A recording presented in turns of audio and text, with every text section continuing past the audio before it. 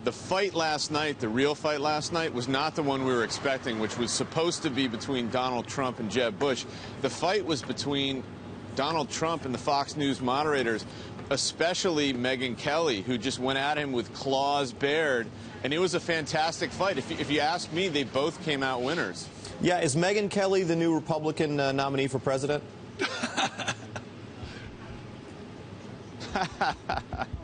She'd get my vote.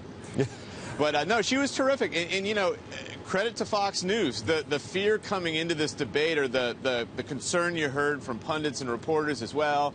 You know, Fox News, that's the home crowd. They're going to go easy on these candidates. They're not going to ask the tough questions.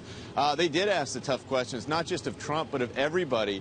And it was a fantastically entertaining debate. Wasn't a lot of substance in there, but it sure was fun to watch. Oh, Josh Green, I beg to disagree. In just a second, we're going to talk about my new crush, John Kasich. But first, I want to talk about the one person who was not in the room but was present in the debate, Hillary Clinton. What did we learn about their plans to attack her in the primary?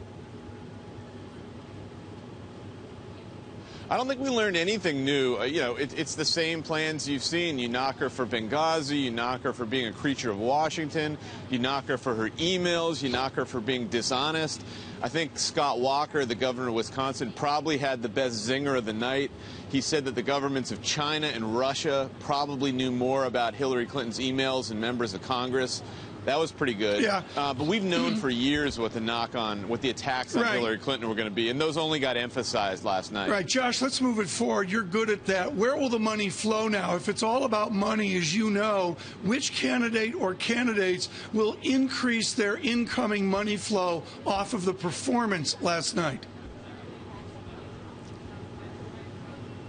I think Marco Rubio is going to do really well with donors going forward. He's a guy who had a lot of excitement over the last few months, and then just in the last few weeks had begun to fade, and there was talk that, well, he's really kind of falling back in the pack. He looked really crisp and poised and prepared last night. I think things are going to look up for him. And the other guy, I know it's Brendan's favorite, is John Kasich, who squeaked into this debate in 10th place. A lot of people thought he wasn't even going to make the cut. He really looked poised and sharp. He looked like exactly what he was, a sitting, popularly reelected governor who was really on top of his game and had a good story to tell. Great, Josh. Now, you said that, so I didn't have to. I want to talk about the Undercard debate. I know you have a long history with Rick Perry with your Business Week cover a couple years ago. Who made it out of that debate alive?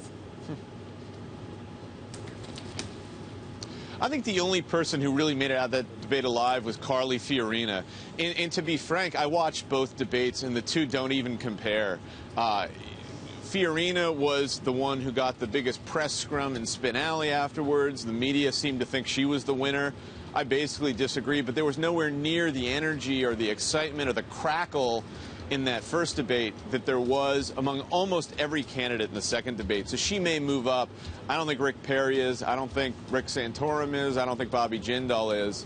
Fiorina is really the only person I think that helped herself in the junior debate. So Greg Valliere is just out with a note saying that Donald Trump, you know, as fast as his ascent was, his descent is about to start because he's alienating everybody. Will he run as an independent? I mean, he said he would. I don't think he will, but the first question Trump got last night is, will you raise your hand and pledge to support the Republican nominee? And he said, no, I won't. If it's somebody I like, I'll support him. If it's not, I'm going to consider a third-party bid. Trump was being Trump. You know, he's gotten to the top of the polls doing what he does. He did more of it last night. So for as much as he seemed to struggle at times, if you're a Trump supporter and you watch that debate, I don't see any reason to abandon him now. I think he did just fine. So would the GOP put an end to a run from Donald Trump if he doesn't get the nomination?